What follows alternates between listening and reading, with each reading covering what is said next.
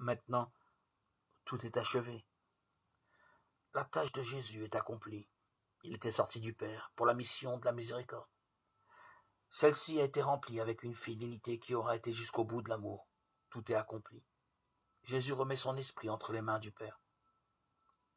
Apparemment, tout semble s'abîmer dans le silence de la mort qui tombe sur le Golgotha. En ce jour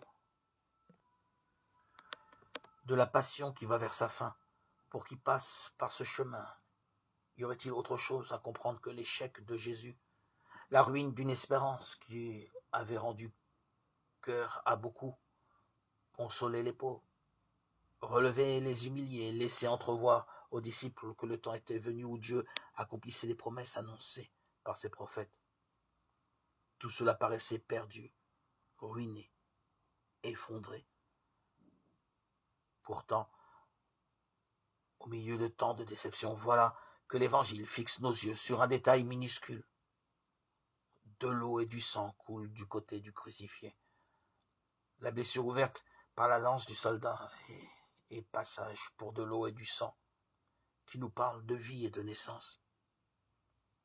Du corps de Jésus jaillit la source que le prophète a vu sortir du temple. Jésus n'avait-il pas désigné un jour son corps comme le temple nouveau, et le sang de l'alliance accompagne l'eau? Jésus n'avait-il pas parlé de sa chair et de son sang comme nourriture pour la vie éternelle? Seigneur Jésus, quand nous contemplons l'eau et le sang qui coulent de ton côté, enseigne-nous à reconnaître de quelle source notre vie est engendrée, de quel amour.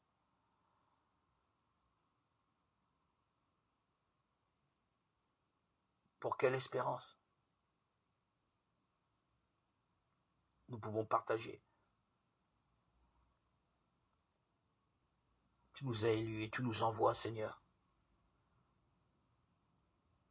pour témoigner de la bonne nouvelle du salut